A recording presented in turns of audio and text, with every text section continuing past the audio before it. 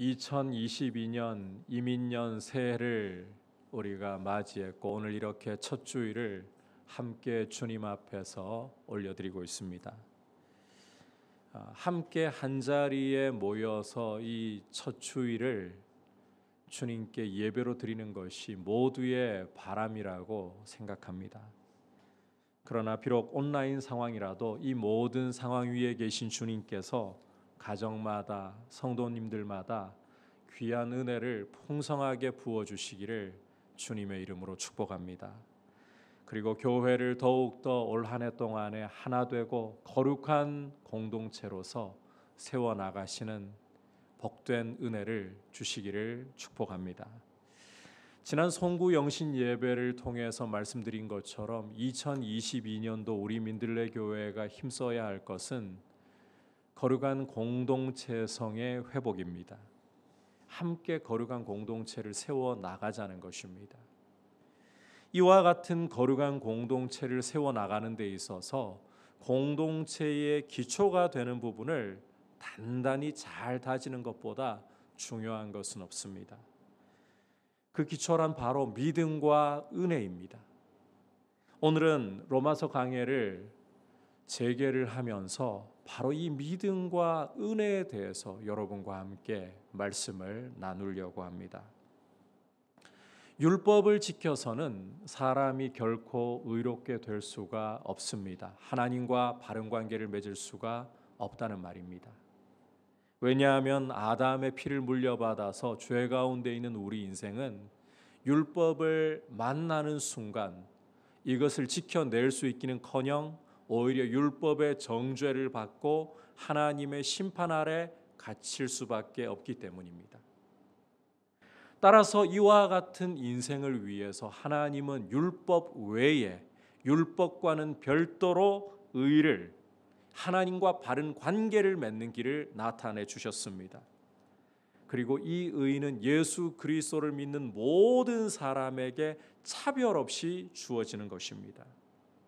바로 이 의, 이 하나님과 바른 관계를 맺는 길을 나타내시려고 하나님께서는 우리에게 독생자를 아끼지 않고 내어주셨고 독생자이신 우리 주 예수 그리스도께서는 우리의 모든 죄와 허물을 그 몸으로 짊어지시고 십자가에 달려 그 피를 흘리심으로 우리 죄값을 지불하셨습니다.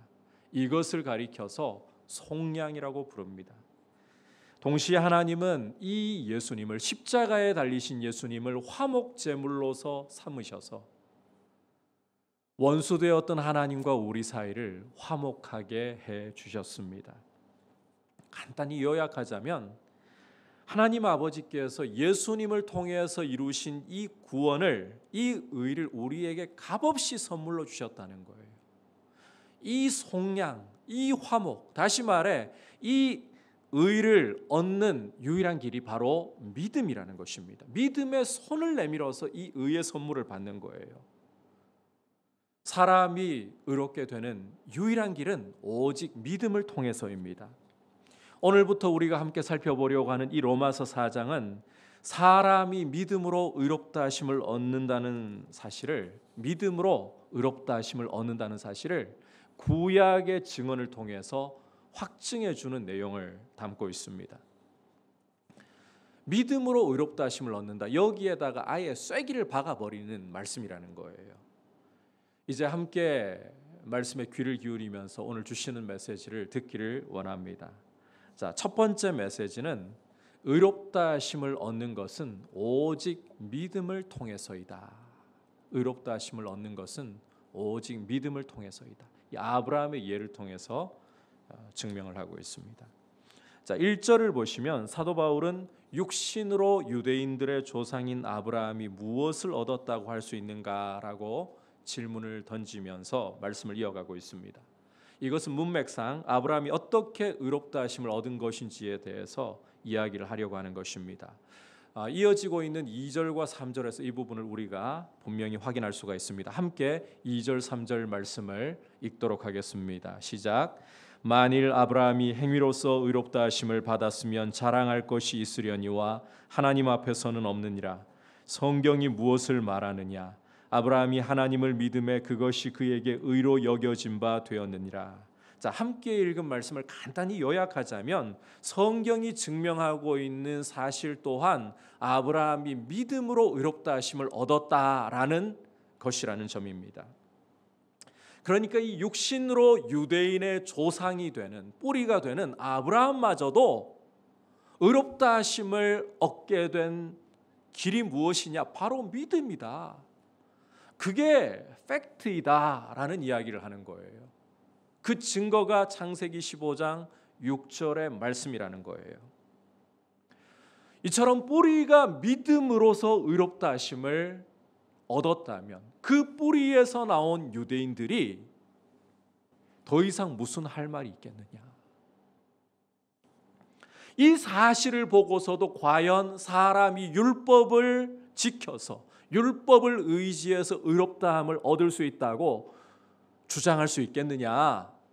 절대 그럴 수 없다. 이 이야기를 사도 바울이 하고자 한다는 거죠. 아브라함이 믿음으로써 의롭다 하심을 얻었다. 이것은 성경의 증언만으로도 끝이고 더 이상 논란의 여지가 없다는 거예요. 하나님의 말씀인 성경이 기라면 기인 것이고 아니라면 아닌 것이지 여기에 더 이상 토를 달 이유가 하나도 없다. 바로 여기에서 우리가 한 가지 본문의 핵심 내용은 아니라 할지라도 사도 바울이 증명하는 방식을 정말 중요하게 좀 주목할 필요가 있습니다. 사도 바울은 사람이 의롭다 하심을 얻는 것은 오직 믿음으로 된다는 사실을 증명하기 위해서 성경으로 논란의 종지부를 찍어버리고 있습니다. 성경으로서 논란의 종지부를 찍어버리고 있어요. 다시 말해 성경이야말로 하나님의 말씀으로서 최종 권위라는 이야기를 드리고 싶은 거예요. 여러분, 우리 삶에서는 무엇이 논란의 종지부를 찍는 최종 권위입니까? 우리 그리스도인들에게 있어서는 하나님의 음성을 들었다, 하나님의 말씀을 받았다, 이러면 사실상 논란의 종지부를 찍는 것이다라고 할 수가 있습니다. 그런데 과연 하나님의 음성을 들었다, 하나님의 말씀을 받았다, 이건 구체적으로 뭘로 확인을 할 수 있을까요? 왠지 모르게 가슴이 뭉클해지고 눈물이 쏟아져 나온다면 하나님의 음성을 들은 것인가요? 혹은 1000볼트급의 충격이 내 머리를 치고 가는 것 같은 이런 느낌이 온다면 하나님의 말씀을 받은 것인가요? 그런데 그건 굳이 하나님 말씀 아니라도 되잖아요. 하나님 음성 아니어도 가능해요. 우리가 정말 감격이 되는 음악 혹은 충격적인 영화 이런 것만 봐도 우리는 가슴이 뭉클해지고 나도 모르는 사이에 눈에서 눈물이 흐르는 것을 경험할 수 있고 얼마든지 충격을 받을 수가 있어요. 하나님 말씀 아니라도 얼마든지 영화로도 좋은 음악으로도 우리 가슴 뜨거워질 수 있고 우리 삶에 충격 받을 수 있습니다. 그렇다면 하나님의 음성인지 하나님의 말씀인지 무엇으로 확증할 수가 있느냐? 그것은 바로 하나님의 최종 권위로 우리에게 주신 성경입니다. 여러분, 이 성경이야말로 성령의 감동으로 기록된 하나님의 말씀입니다. 이 성경의 권위를 넘어설 수 있는 것이 이 땅 가운데는 존재하지를 않습니다. 베드로후서 1장 20절과 21절에서 보여주듯이 성경의 모든 예언은 하늘로부터 육성으로 들려오는 하나님의 음성보다도 더 확실한 하나님의 음성이고 날이 밝아 샛별이 우리 마음에 떠오르기까지, 다시 말해서 예수 그리스도께서 이 땅에 다시 오셔서 모든 것을 드러내실 때까지 성도가 굳게 붙잡아야 할 유일한 권위의 말씀이라는 겁니다. 따라서 성도는 성경을 가지고서 삶의 논란에 종지부를 찍을 줄 알아야 합니다. 우리 삶의, 우리 마음의 모든 갈등 또한 이 성경을 가지고서 논란의 종지부를 찍을 줄 알아야 되는 거예요. 성경을 유일한 진리로서 붙잡고 이 성경 말씀이야말로 내 삶의 최종 권위라는 사실을 붙들고 말씀 앞에서 내 감정도 그리고 내 결정도 굴복시킬 때에 내 삶에 하나님의 말씀이 통치하고 그리스도께서 주인 되시는 것을 우리가 분명히 경험을 할 수 있게 되는 겁니다. 성경을 굳게 붙들자. 교회가 거룩한 공동체성을 세워나가기 위해서는 교회 안에 어떠한 논란도 성경 앞에 서면 다 잠들어야 되는 거예요. 다 고개를 숙여야 되는 거예요. 성경의 권위를 높여야 합니다. 그리고 이 성경을 따라서 다시 한번 강조하지만 사람이 의롭다 하심을 얻는 길은 오직 믿음밖에 없습니다. 결코 율법의 행위로 자신의 어떤 도덕적인 깨끗함이나 남들 보기에 참 좋은 모습을 가지고서 하나님 앞에 나를 세우려고 헛되이 몸부림치지 마십시오. 아무리 강조해도 지나치지 않는 것은 사람이 유일하게 의롭게 될 수 있는 길은 믿음밖에 없다. 하나님 백성의 뿌리이고 조상인 아브라함이 믿음으로 의롭다 하심을 받았다면 모든 하나님의 백성이 의롭게 되는 유일한 길은 믿음밖에 없다. 이 사실을 우리가 굳게 붙잡을 수 있는 은혜를 주시기를 축복합니다. 자, 이제 두 번째로 의롭다 하심을 얻는 믿음은 은혜라는 기초 위에 서 있다. 의롭다 하심을 얻는 유일한 길인 이 믿음은 은혜라는 기초 위에 서 있다라는 것이 오늘 말씀의 또 중요한 메시지입니다. 계속해서 4절과 5절을 함께 읽도록 하겠습니다. 시작. 일하는 자에게는 그 삭시 은혜로 여겨지지 아니하고 보수로 여겨지거니와 일을 아니할지라도 경건하지 아니한 자를 의롭다 하시는 이를 믿는 자에게는 그의 믿음을 의로 여기시나니. 자, 함께 읽은 말씀을 간단하게 요약을 하자면 사람이 의롭다 하심을 얻는 것은 은혜로 된다는 것을 강조하고 있습니다. 다시 말해 믿음으로 의롭다 하심을 얻는 것은 은혜라는 기초 위에 굳건하게 서 있다. 이 이야기를 하려고 한다는 겁니다. 4절에서 바울은 일하는 사람에게 주어지는 삭은 은혜라고 부르지 않고 그 수고에 대한 보수라고 불러야 마땅하다라고 이야기를 하고 있습니다. 그렇죠. 일을 했다면 그 일에 대해서 주는 삭을 가리켜서 보수라고 하지 결코 선물 또는 은혜라고 부르지 않습니다. 하지만 계속해서 5절에서 보듯이 일하지 않아도 경건하지 않은 사람을 의롭다고 하시는 하나님을 믿는 사람에게는 그 사람의 믿음을 의로 여기신다. 믿음을 의로 여기신다.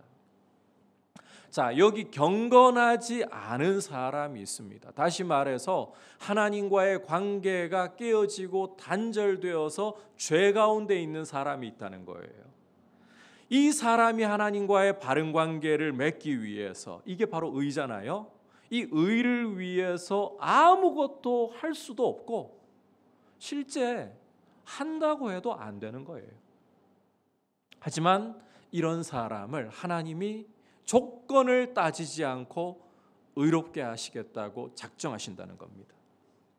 이 사람의 어떤 행위나 됨됨이 때문이 아니라 앞서 본 것처럼 십자가에서 예수 그리스도께서 흘리신 그 보배 피를 보시고 그렇게 하시겠다는 거예요. 다시 말해 하나님이 의의 길을, 하나님과 바른 관계에 맺는 길을 다 열어놓으시고 이것을 선물로서, 오직 선물로서 경건치 않은 사람에게 주시겠다는 것입니다. 하나님이 그 사람에게 원하시는 하나는 딱 한 가지는 믿음이라는 손을 내밀어 그냥 그거 받으라는 거예요.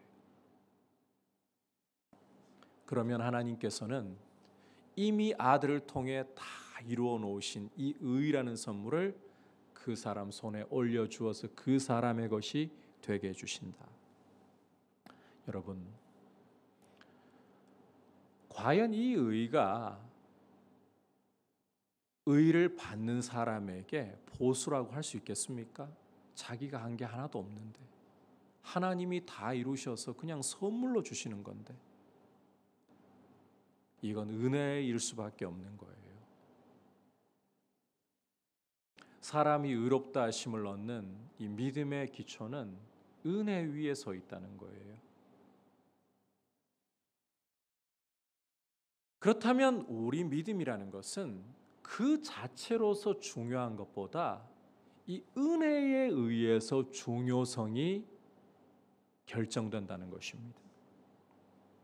다시 말해 믿음을 믿음되게 하는 것은 바로 은혜라는 거예요. 여러분, 하나님 은혜가 없다면 우리의 믿음은 그야말로 무용지물이 되고 마는 겁니다.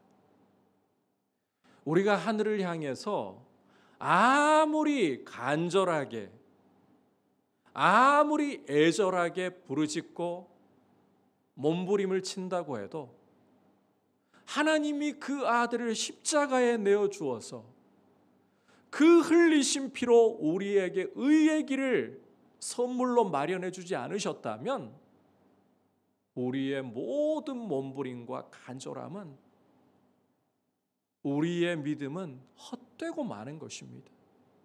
여러분, 우상 숭배가 이걸 너무나도 명백히 보여주잖아요. 우상을 섬기는 사람들도 그들 나름대로의 믿음을 가지고 있습니다. 입시철마다 저 갓바 위에 올라가서 간절하게 기도하는 어머니들, 그분들은 그분들 나름대로의 믿음이 있는 거예요. 그 갓바위, 그 불상이, 돌로 된 불상이 내 자식에게 좋은 것을, 대학 합격이라는 선물을 주기를 바란다는 나름대로의 믿음이 있는 거예요. 좀 더 우리에게 친숙하게 가져오자면 우리에게 우상숭배라는 것은 탐욕이 만들어내는 것이잖아요. 돈을 믿고 우리의 실력과 힘을 믿고, 그리스도인들에게는 이러한 것이 우상숭배의 모습이죠. 이것도 다 믿음이에요. 그런데 제가 이야기한 것 같이 과연 갓바위에 대한 믿음이나 우리가 돈을 믿고 힘을 믿는 것이나 이게 의미가 있는 것입니까? 여기에는 은혜라는 것이 없어요. 그래서 이 모든 믿음들은 그저 우리의 헛된 기대로 허망하게 끝나버리고 마는 것입니다. 그래서 우리 그리스도인들은 이러한 믿음을 가지고 믿음이라고 부르지 않아요. 우리가 꼭 기억해야 될 것은 믿음을 정말 믿음 되게 하고 믿음의 가치를 부여하는 것은 하나님의 전적인 은혜밖에 없다. 아무리 말하고 아무리 외쳐도 다함이 없고 부족함이 없는 것은 하나님 은혜입니다. 허물과 죄로 죽었던 나를 위해서 하나님이 자기의 아들을 아끼지 않고 이 땅에 보내시고 내 모든 죄와 허물을 그분에게 뒤집어 씌우셔서 내가 받아야 할 죄에 대한 저주와 심판을 십자가에서 그 아들에게 다 쏟아부어 버리시고 그 흘린 피로 내 죄값을 다 지불하신, 그리고 원수되었던 관계를 화목하게 하신 이 은혜, 이 은혜가 나의 믿음을 믿음되게 한다. 이 의를 받는 믿음이라는 손을 부끄럽지 않고 가치 있게 하고 구원의 통로가 되게 한다. 그래서 진정한 믿음은 나를 자랑하지 않아요. 믿음이 자라갈수록 깊어져 갈수록 하나님 은혜밖에는 자랑할 게 없는 거예요. 여러분, 우리의 믿음을 믿음 되게 하는 것은 하나님의 은혜다. 우리의 믿음은 이 은혜라는 기초 위에 서 있다라는 사실을 알고 2022년 한 해 동안에 우리의 믿음이 자라가며 하나님 은혜를 더 높일 수 있는 귀한 공동체의 모습을 우리가 함께 이루어가기를 축복합니다. 자, 이제 마지막으로 은혜로 의롭다고 하심을 입는 이것이야말로 복이 있다, 참 복이다, 이 사실을 오늘 말씀 우리에게 보여주고 있습니다. 함께 6절부터 8절까지 말씀을 읽도록 하겠습니다. 일한 것이 없이 하나님께 의로 여기심을 받는 사람의 복에 대하여 다윗이 말한 바, 불법이 사함을 받고 죄가 가리어짐을 받는 사람들은 복이 있고 주께서 그 죄를 인정하지 아니하실 사람은 복이 있도다 함과 같으니라. 자, 함께 읽은 말씀은 다윗의 시인 시편 32편 1절과 2절을 인용한 것인데, 사도 바울은 이 말씀에 대해서 다윗이 일한 것이 없이 하나님께 의로 여기심을 받는 사람의 복을 노래한 것이다, 이렇게 해설을 더하고 있습니다. 여기에서 이 일이라는 표현은 바로 율법의 행위를 가리키는 거예요. 그러니까 사도 바울은 아브라함뿐만 아니라 다윗조차도 율법의 행위와 상관없이 하나님이 의롭다고 여겨주시는 복을 노래했다는 거예요. 은혜로 의롭다고 하시는 복을 노래했다. 지금 이게 시편 32편의 원래 의미라는 거예요. 앞서 육신으로 유대인의 조상된 아브라함이 무엇으로 의롭다 하심을 얻었다고 했습니까? 믿음이라고 했잖아요. 그리고 이 믿음은 은혜의 기초 위에 서 있다라고 했잖아요. 그런데 다윗 역시도, 이 다윗 하면 이스라엘 역사 가운데 정말 중요한 사람인 게, 이 사람을 통해 다윗 언약, 좀 쉽게 말해서 메시아가 오실 것을 하나님이 약속하셨잖아요. 이런 사람조차도 하는 말이 무엇이냐? 율법의 행위가 아니라 은혜로 의롭다 하심을 얻는 것이 복이 있다, 이 이야기를 했다는 거예요. 그게 진짜 복이다. 우리가 이 다윗이 노래했던 시편 32편 1절 2절 부분을 조금만 더 구체적으로 보면, 자, 7절 8절에서 사도 바울이 말씀하는 것처럼 죄 사함에 대한 것이죠. 죄 사함에 대한 것이에요. 죄가 가려지고 하나님이 그 죄를 인정하지 않는 사람이 복이 있다. 율법을 지켜서가 아니라 하나님이 은혜로 그 죄를 가려주시는, 덮어주시는 사람이 복이 있다. 여러분, 다윗이 참된 행복으로, 참된 복으로 노래하고 있는 것을 우리가 여기서 주목을 해봐야 됩니다. 누구보다도 고난을 잘 알고 있는 사람이지만 동시에 목동에서 이스라엘의 왕이 된 사람, 그리고 헤아릴 수 없는 많은 승리와 명성을 누려본 사람이 하는 말을 들어보십시오. 무엇을 진정한 행복이라고, 무엇을 참된 인생의 복이라고 노래하며 기쁨으로 외치고 있습니까? 바로 하나님이 죄 사해 주신 사람이 복이 있다는 거잖아요. 하나님이 그 죄를 인정하지 않는, 그 죄를 가려주시고 인정하지 않는 것이야말로 참된 인생의 행복이고 복이다. 자신이 목동에서 이스라엘의 주권자로 세워진 것을 가리켜서 참된 복이라고 말하지 않고, 자신이 가는 곳마다 승승장구하면서 대적에게서 승리를 얻어서 이스라엘이 평안케 된 것이 근본적인 복이라고, 행복이라고 말하지 않고, 다윗이 가장 근본적으로 행복이라고, 진정한 복이라고 말씀하는 것은 죄 사함을 받은 것. 하나님이 그 죄를 가려주셔서 그 죄를 인정하시지 않은 것이다. 다시 말해서 일한 것이 없어도 하나님이 의롭다고 여겨주시는 것이 진짜 인생의 행복이다. 여러분, 우리는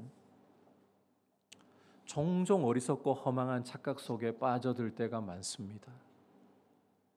원하는 만큼은 아니라도 내가 무언가 가지고 싶은 것이 있을 때, 또 하고 싶은 일이 있을 때 그 정도로는 좀 돈을 편하게 쓸 수 있을 만큼 돈이 많다면 그럼 참 행복할 텐데, 혹은 어딜 가든지 사람들이 나를 알아볼 수 있을 정도의 실력과 명성을 가지고 있다면 참 행복할 텐데, 우리는 각자 살아온 형편과 우리의 기준을 따라서 행복의 기준을 참 다양하게 설정하고 있는 것 같습니다. 하지만 다윗은 성령의 감동으로서 참된 행복은 하나님이 죄 사해 주시고 그 죄를 가려 주셔서 죄를 인정하지 않는 것에 있다. 참 이걸 보면 우리와 이 행복의 기준이 다르다는 것을 알 수가 있어요. 사람이 철이 덜 들고 뭐가 진짜 인생의 이익이 되는지를 알지 못하면 사람의 눈은 선물만 볼 줄 압니다.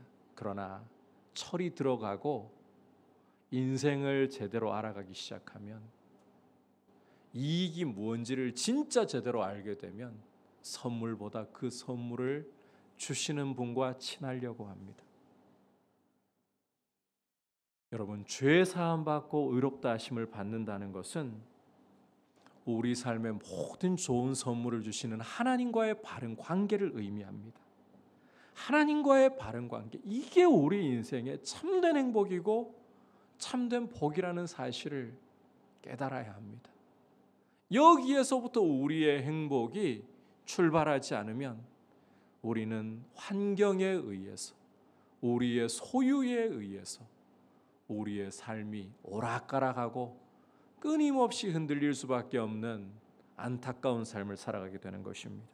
따라서 어떤 것보다도 죄 사함을 하나님이 값없이 의롭다 하시는 이 은혜를 행복으로 알고서 예수 그리스도 안에서 하나님을 아버지로 모신 것의 행복을 알고서 이 행복 가운데에 하나님의 가족들이 함께 하나님과 바른 관계 속에서 하나님이 기뻐하시는 아름다운 공동체의 모습, 거룩한 하나님 아버지의 가족의 모습을 이루어가는 것을 우리의 귀한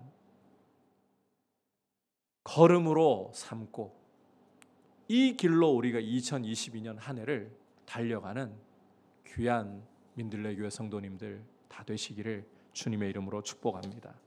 오늘 아브라함을 통해, 다윗을 통해 어떻게 사람이 의롭다 하심을 얻는 것인지에 대해서 증명하는 말씀을 들었습니다. 사람이 의롭다 하심을 얻는 것은 오직 믿음을 통해서입니다. 믿음밖에 없습니다. 그리고 이 믿음으로 의롭다 하심을 얻는 것의 기초는 은혜이다. 은혜 위에 믿음이 서 있다. 그리고 은혜로 의롭다 하심을 얻는 것이야말로 우리 인생의 참된 행복이고 축복이다. 이 사실을 우리가 꼭 기억하면서 올 한 해가 주님 안에서 믿음으로, 은혜로 굳세게 서가기를, 그리고 함께 이 기초 위에서 거룩한 공동체를 세워가기를 주님의 이름으로 축복합니다. 이제 함께 말씀을 생각하면서 찬송가 251장 고백드리도록 합시다.